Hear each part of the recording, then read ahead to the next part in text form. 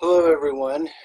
My name is Mike Godfrey, and I am the Christian Education Chair at Wexford Community Presbyterian Church. I thought while we're not able to meet and not able to offer CE lessons in person, that I would come to you from the Judean desert and provide a CE lesson. And one of the things that Pastor Domsky likes to do when he preaches his sermons is that he likes to fill us in with some of this historical background so that we can better understand the story and the narrative that is going on in Scripture. And he does the best he can to add those tidbits, but it's just so full and so rich that he can't do a complete job of all of that, because otherwise he wouldn't ever get to preach the sermon. So that's the job of CE, is to provide that background, and I hope that you are able to enjoy some of this that we're going to do today. I wanted to talk about the period between the Old Testament and the New. So that's going to be part one of this CE series. And then part two will be what was going on in Judea behind the scenes during Jesus's ministry, and then beyond it a little bit through the ministry of Paul. So I wanted to just bring you up to speed on some of that historical background. Some of this I've shared before, but I've tried to go through all of my slides and update them and clean them up and get all the names right. It's very, very confusing, and but I think it will be interesting for those of you who do like history. So if I can do this, I'm going to start the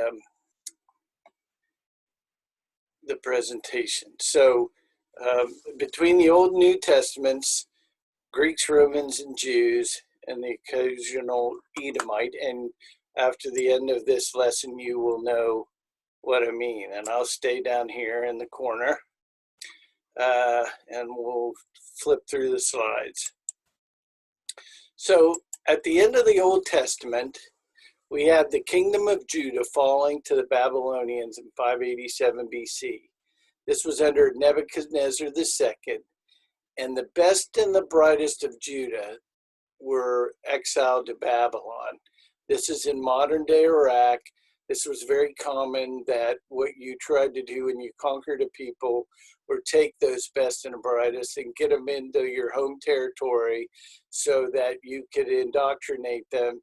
And plus, you didn't have the best and the brightest plotting rebellions back in their homeland. So that was a common thing to do. This is what Nebuchadnezzar did to the Jews. Oops. However, not long after this, the Babylonians were conquered by the Persians, which is modern day Iran. And as a consequence, the Jews that were in exile, which were now part of the Persian Empire, are allowed by King Cyrus to return home to Judea in 538 BC. And King Cyrus is spoken of very lovingly in the Old Testament. And I just want to show you a map here of the Persian Empire, and then that's in the mint green. And then the Babylonian Empire, which was conquered by King Cyrus, in red there. And let's see if my cursor can be seen. Here's Babylon, the capital Babylon, which is in Iraq today, Baghdad, Iraq, and then the Persian Empire, which is Iran. This would be Iran here. And then Israel is right here, Judah, Jerusalem, of course, Egypt, Greece is over here. So we'll talk a little bit more about that later. At the end of the Old Testament, we have a situation where the books of Ezra and Nehemiah record the restoration of the temple. And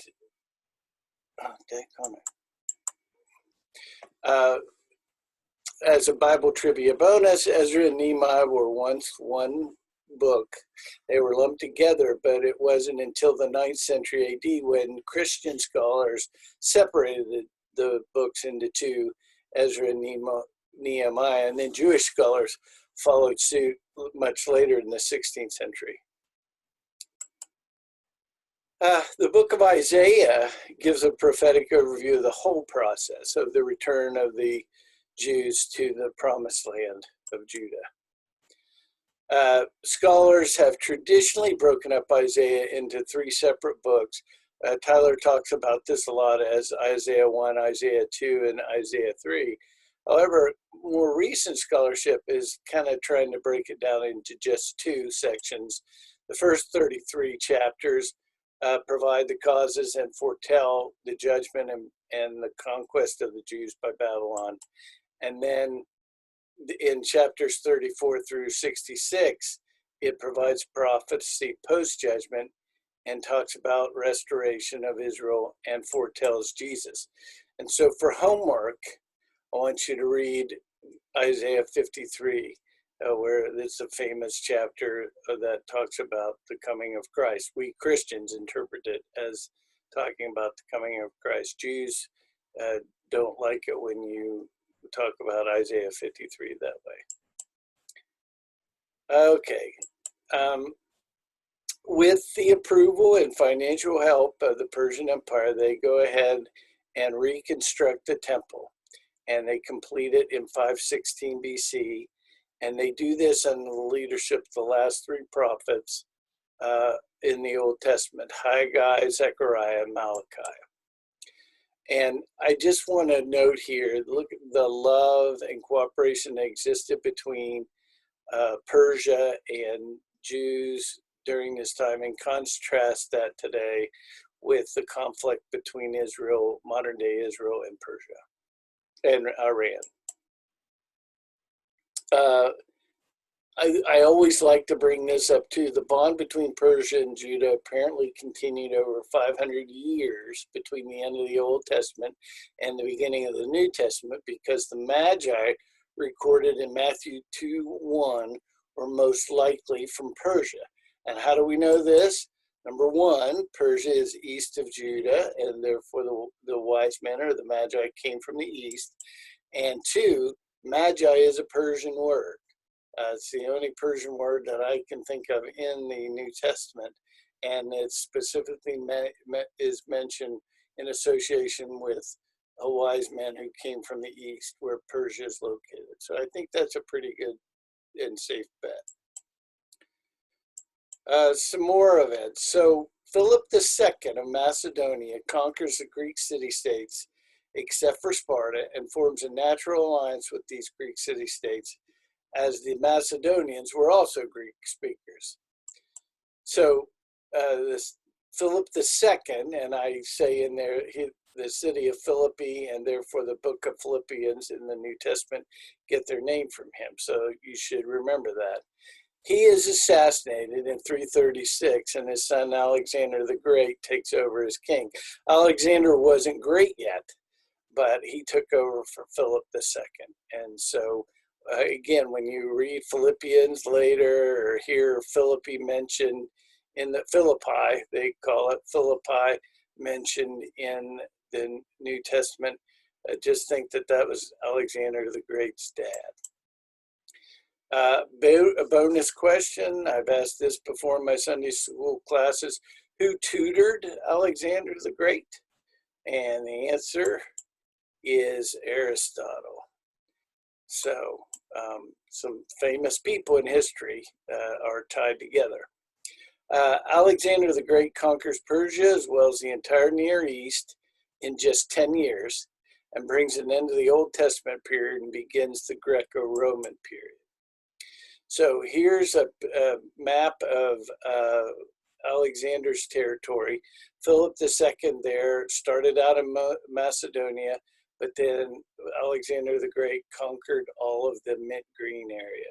So Asia Minor, which is modern day Turkey, down into Palestine where Jerusalem is, Alexandria in Egypt, and then Babylon and Persia where Iran is. Alexander dies in 323 BC, and he happens to die in the palace of Nebuchadnezzar II. So that's just kind of ironic that Nebuchadnezzar II, whom we know about in the Bible, he and Alexander the Great ends up dying in his temple. And then his empire is divided among 5 top generals and administrators. Ptolemy, a gentleman by the name of Ptolemy, takes over in Egypt. Seleucids in Babylon, Persia. Antigonus in Greece, Asia Minor, modern-day Turkey, and Palestine, which included Judah and Samaria. Cassander in Macedonia, and Lysimachus in Greece. Lysimachus, probably. I don't know. We're not going to talk about him anymore, so don't worry about him. Oh, after this slide, so I show Lysimachus up there in Thrace, and that's the modern day Balkans in Macedonia too, as well. So then we have Asia Minor, and where Antigonus is in charge, and then Seleucids, Babylon and Persia, and then Ptolemy in Egypt. So right now, Palestine is under the control of Antigonus. But as you can imagine, it didn't take long for the fighting to occur, and the 4 kingdoms beat up on Antigonus, and Ptolemy ends up getting control of Judah. So, Ptolemy dynasty is from Greece because they're all related to Alexander the Great, and his, not related, but based on his empire and served Alexander the Great. And they end up having their capital in Alexandria, Egypt, and they rule over Judah from 301 BC to 198 BC. I always think this is interesting to know that Cleopatra, who we think of as the great Egyptian queen, and she was not ancient Egyptian. She was Greek, and she was from the Ptolemy dynasty. She's not on the scene yet. She's born much later, but we'll talk about her later, and it's important to know. And that is Elizabeth Taylor, who played Cleopatra in a movie that came out in 1963. I was born in 1962, and this image of Cleopatra, of Elizabeth Taylor as Cleopatra, is pretty much burned into my brain. And so whenever I think of Cleopatra, I think of Elizabeth Taylor as Cleopatra.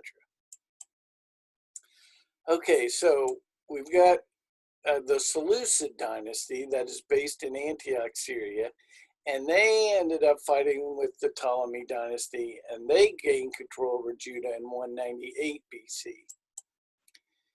And the Seleucids wanted to Hellenize the Jews, and Hellenize means make them adopt Greek culture. Hellenize, Hella is the name for Greece that the Greeks call themselves, and so that's why the term Hellenize means to Greekify someone. The Greeks don't call themselves Greeks or Greece. And they banned, the Seleucids then therefore banned circumcision and Sabbath worship practices and made the practice of Judaism an act punishable by death. So that's how serious they were. about this desire. They went even as far as to put up a statue to Zeus in the temple, the Jewish temple. We don't learn about this because it's not in the Bible, right? It's between the Old Testament and New Testament. So we don't know this Hellenization of Israel is going on right now. And they're putting up a statue to Zeus and sacrificing pigs. We always think of the ancient Israelites dressed like me, not as dressed like Greeks, but dressed like I am now, with my sheet over me, my thing around my head. So anyhow, but there was a period where they were very, very Greek. However, the Maccabees, this is a family of Jews led by Judah the Hammer Maccabee, led a successful revolt against the Seleucids and established the Hasmonean dynasty. And Hasmonean is a Greek version of the name Maccabee. They did this in 164 BC. And again, the Maccabees were just so sick of all of this this Hellenization of their country. They said, enough's enough. We're going to restore Judaism to Israel, or Judah.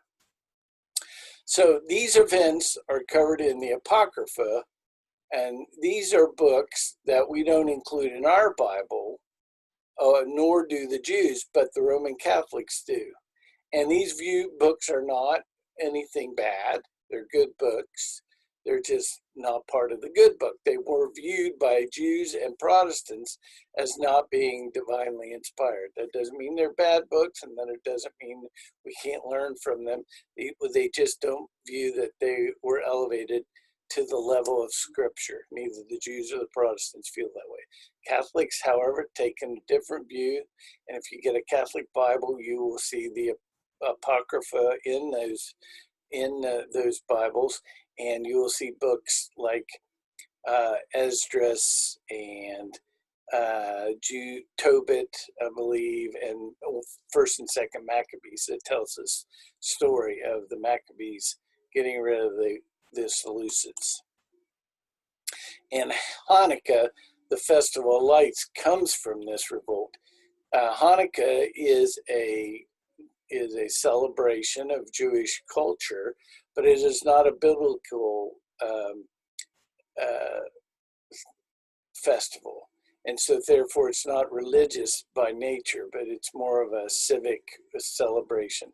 And we probably wouldn't know Hanukkah today, except that Christmas became such a big deal in the modern world that Jewish folks felt like, well, we're being overwhelmed by that. We should claim a little of our culture at this time too. And so they made Hanukkah was increased in importance and notoriety in modern society. But it is not a religious, like Yom Kippur or the Jewish New Year or or Pentecost. And Pentecost was a Jewish religious ceremony before it was adopted by the Christians.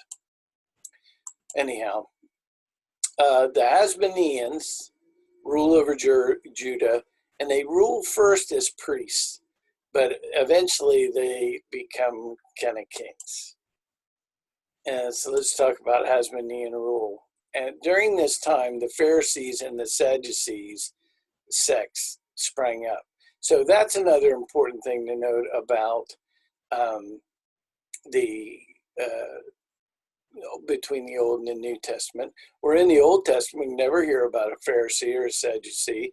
And then we get to Jesus' time, and they're talking about Pharisees and Sadducees the whole time. The reason is that in those 500 years between the Old and the New, the Pharisees and Sadducees sprang up. The Sadducees were the priestly elite in Jewish society whose focus was strictly on worship in the temple. The name Sadducee comes from Zadok. And the Sadducees trace their lineage back to the priest Zadok in the time of the temple of David and Solomon. And from 1 Kings 2:35 we read, the king, King David, put Benai the son of Jehoiada over the army in place of Joab, and the king, King David, put Zadok the priest in place of Abiathar. And so what's interesting, I was watching The Crown during the apocalypse. I started watching The Crown, and I've enjoyed it. And when they have the coronation of Queen Elizabeth II, they mention in her coronation Zadok. So now something that probably went over your head when you were watching The Crown, you can now say, oh, Zadok, he's the father of the Sadducees and the priest during King David and King Solomon's time. And the other thing that I find interesting is King Elizabeth II. She was the second Elizabeth. The first Elizabeth was named, she was the first Elizabeth at the time of the late 1500s, early 1600s, and she never married, and she was named as the Virgin Queen, and that is where the state of Virginia got its name, is from Elizabeth. And there's another state that also has Virginia in its name, but I can't remember that right now. All right, so the Sadducees, getting back to our story, the Sadducees is integrated well into the new Greek culture. They liked it. They were sophisticated. They liked the new Greek culture. Pharisees, on the other hand, tried to resist these Greek influences and keep Judaism pure. So the Pharisees were really started out with a good heart and just said, listen, we want to be true to God and keep Judah Jewish. So that was their focus. There was a power among the big players after the Hasmoneans took over in Judea. And by power vacuum among the big players, I mean the big global players, the five dynasties that were under were in play after Alexander the Great's death, and then the new big player, which was Rome. And because of this power vacuum, as they were jostling with one another, the new kingdom Judea was independent for a while, and they even had a woman king in this period. One of the Hasmonean kings, John Hyrcanus, and this is interesting too, to talk about the whole Greek versus Jewish dichotomy that was going on in Israel at this time. John is a Hebrew name, and Hyrcanus is a Greek name. And so he had both names represented in there. But he was king of Judah, and he was a Hasmonean, and he conquered adjacent lands, including Idumea. And that's the former Edom. And the Edomites trace their ancestry back to Esau. So the story of Jacob and Esau, Jacob who had his name changed to Israel, and then Esau, his brother, who sold his birthright to Jacob. And there's a lot of bitterness there, and we'll talk about that later. But this John Hyrcanus conquered Idumea, and what was interesting, he forced the Idumeans to adopt Judaism. Most of the time, especially Jews, they would never ever force someone to convert to adopt Judaism. They just felt that was kind of tainting the religion, so they never forced these infidels to convert. But this John Hyrcanus did. He forced these Idumeans to adopt Judaism. And that becomes important a little later on in our story here. And the Idumean Jews, as I was mentioning before, were always tainted a little bit because were they really true Jews? They and did they really adopt Judaism, or did they just do it to not be killed? There was always that doubt in the minds of how Jewish the Idumean Jews were. Roman general Pompey in 63 BC conquers Jerusalem, but he allows the Hasmoneans to continue their rule. You know, it's expensive, and you spread out your people if you're sending them all over the world to run things. So if you can trust the people to mind their manners and their business, you know, it's kind of nice to let them have local rules, as long as they pay their taxes. And Antipater happened to be an Idumean Jew who was very influential power broker during this time. And he was a power broker between the Hasmoneans that were running the place and the Romans, who had the ultimate authority. Pompey found Antipater to be a very effective tax collector for the Roman state, and although the Hasmoneans were still the kings, Pompey put Antipater in administrative charge of Judea. So he had a lot of important power, and again, he had lines directly to Rome. So at this time, Rome was in a period of transition from being a republic to becoming an empire. And a lot of historians talk about, you know, Rome as a republic as this virtuous place where they had ideals and not tyranny, and that becoming an empire kind of spoiled all that. So the glory days of Rome, as far as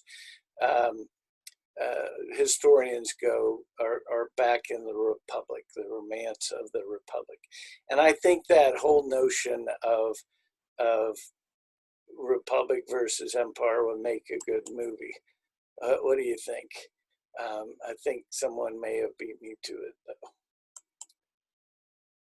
In the last stages of the republic, great Roman generals, for example, Pompey, Julius Caesar, and Mark Antony, wielded ever-increasing amounts of power. So they were becoming so popular, so great, that they were moving towards emperor status.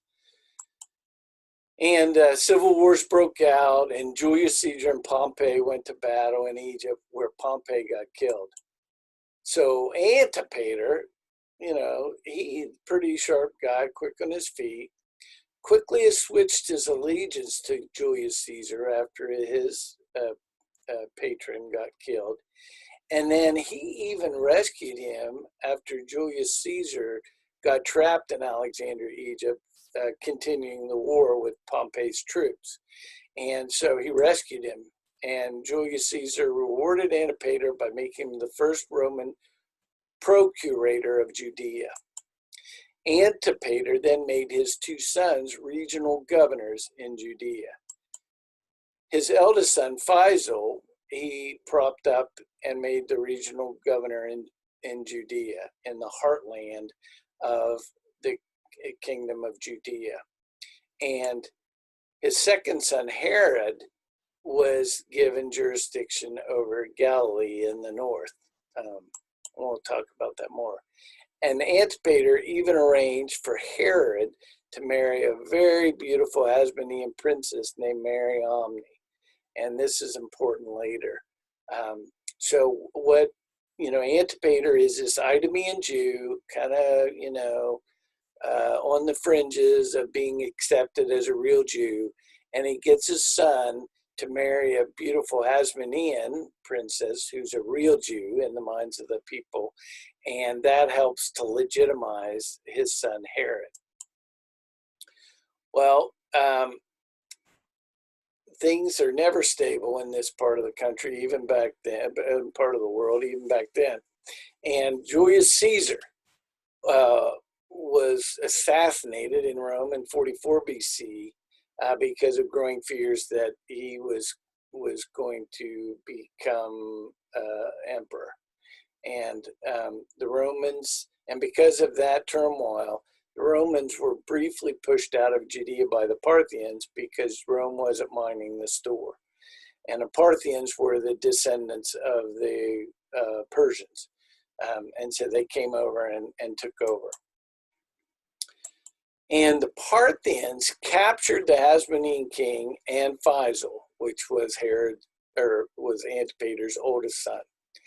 And Faisal just gets all nervous. He commits suicide. But Herod, he escapes to Rome through Egypt and then makes the case to the Roman Senate to be named king of Judea. Well, interestingly enough, Mark Antony, one of these great Roman generals, had gone to Egypt after Julius Caesar had left to go back to Rome. And he's in Egypt during this time, meets Herod, and also starts having an affair with Cleopatra. So Julius Caesar had an affair with Cleopatra, and then Mark Antony had an affair with Cleopatra. And there's Antony and Cleopatra from that same movie. And this is Richard Burton on the left and Elizabeth Taylor on the right. And they ended up having an affair during this movie and then were married from 1964 to 1974. Now, none of that will be on your test, so don't worry about it. But just an interesting tidbit. And again, that's what I think of when I think of Cleopatra. All right, so we've got Herod. He's in Rome, and he's being quick on his feet here because he's trying to stay in power in Judea. And Mark Antony supported him in his request to the Roman Senate, and the Roman Senate agreed, and Herod returned to Judea to help push the Parthians out and restore Roman rule. Now, after Julius Caesar was killed, Octavian was Julius Caesar's nephew, and he became his heir and inherited his state and position. And as you could expect, there's a natural rivalry between Octavian and Mark Antony. And for political alliance purposes, which was often the case in ancient times, Octavian's sister, her name happened to be Octavia, was married off to Mark Antony. I spelled it wrong. Sure enough, Mark Antony and Octavian had started warring against each other. Mark Antony divorced Octavia and married Cleopatra, and he aligned himself with Cleopatra's forces. Octavian defeated Mark Antony, though, and Cleopatra in 30 BC, and Mark Antony and Cleopatra committed suicide. Mark Antony fell on his sword, and supposedly Cleopatra allowed herself to be bitten by poisonous asps or snakes, and that's how she died.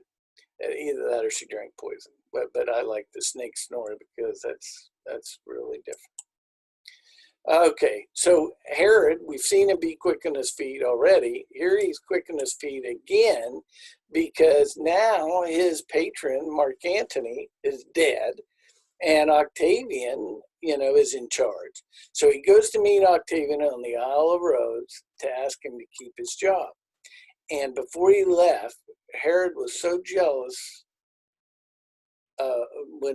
before he left to go see Octavian, Herod was so jealous and afraid that someone was going to take his beautiful wife Mariamne. Herod put her and her kids under lock guard. So he does this, he locks her up, and then he goes to see Octavian. And he meets Octavian and says, listen, Octavian, I want to stay king of Judea. And he says, listen, you shouldn't consider that I was friend with Mark Antony, but you should consider just how loyal of a friend I had been. So if I could be loyal to Mark Antony, I can be loyal to you too. And guess what? Octavian bought it, and he allowed Herod the Great, suck up I call him, to remain king.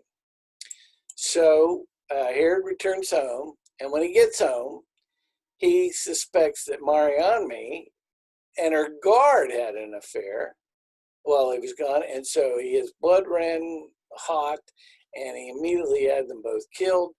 And as soon as he had them both killed, he regrets it. But as my mother used to tell me all the time, sometimes saying sorry isn't good enough. Think before you act. And he was always distraught about that. And she haunted him, and he would see her ghost around the palace and talk to her after she was gone.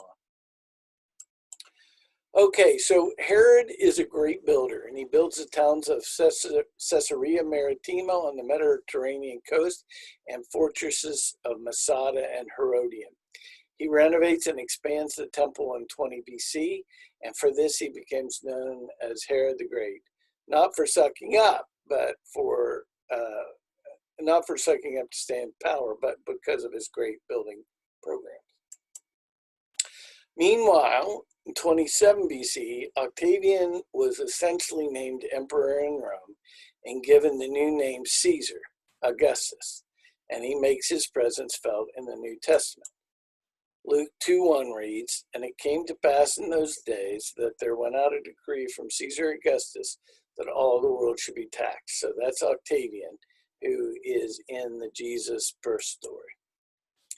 So Herod, getting back to Herod, the guy was paranoid. He was always insecure about his legitimacy on the throne, his status as an Idumean Jew, and he was very paranoid and very defensive and very cruel to those he deemed as threat to his powers, especially those who were Hasmoneans, that, in other words, could trace their lineage back to the Maccabean dynasty that overthrew the Seleucids. Over his life, Herod the Great even killed his own nephew and two of his own sons by his beloved Hasmonean princess wife Mariamne because he was jealous of their Hasmonean pedigree. Herod the Great's paranoia and cruelty was on full display with his instructions to kill all male children under age 2 in the city of Bethlehem following the visit of the Magi. And for what it's worth, though, Herod the Great did die a very painful death from disease in 4 BC. So, at least there was some justice to the way he ended his life, and just in a terrible, terrible, painful death.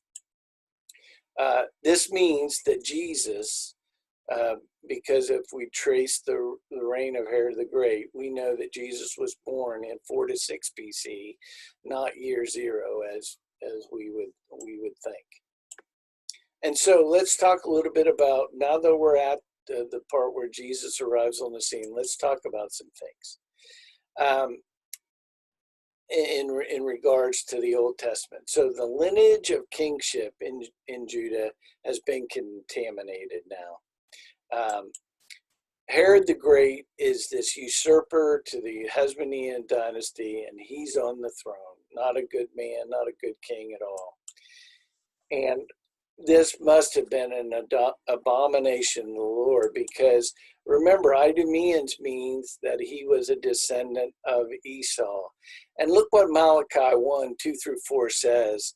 Very harsh stuff. He says, "I have loved you," meaning Israel, says the Lord, "but you say, how hast thou loved us? Is not Esau Jacob's brother, says the Lord?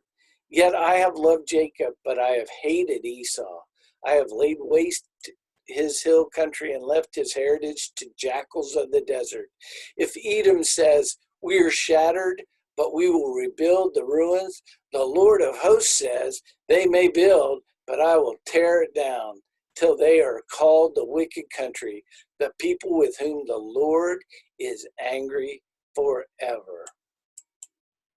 That is, and then we read in Hebrews 12:16 why God hated Esau. And that reads, "That no one be immoral or irreligious like Esau, who sold his birthright for a single meal." The writing of Hebrews is attributed to Peter, and you could hear the author's contempt of Esau in that, who sold his birthright for a single meal. What a cheap guy. And this is not the Kumbaya scripture passage we're used to reading on Sunday morning, these two things. This is a very harsh God that we're reading about here. And but what we should remember, that the opposite of love is not hate, it is indifference. And Esau was indifferent to a special relationship with God. God does hate. God hates sin. He hates injustice. So if God can hate something, that doesn't mean it's wrong. It depends on what you're hating is what can be wrong. But indifference to God and his love is never tolerated. And the homework I will assign is to read all of Malachi 1 and think about God's requirement for a perfect sacrifice and how we do not honor him when we hold back from giving our best. And so read Malachi 1. And that concludes my first session of this talk, and sets us up for Jesus' birth, death, and resurrection in order to restore our right relationship with God. So part 2 of this CE lesson will be about that. Just a note about the primary sources for this thing is there's a teaching company course called Jesus and His Jewish Influences by Jody Magnus. It's very, very good, but it's so complicated and all the names. And she goes into way more detail than I did. And it's just so hard to follow. It took me about listening to it, and I'm not kidding, 4 or 5 times. And then checking everything with our good friends at Wikipedia to make sense, and resulted in the lesson that you just heard. So hope you enjoyed it, and I hope you do your homework and get ready for part 2 of our CE lesson. Thank you very much.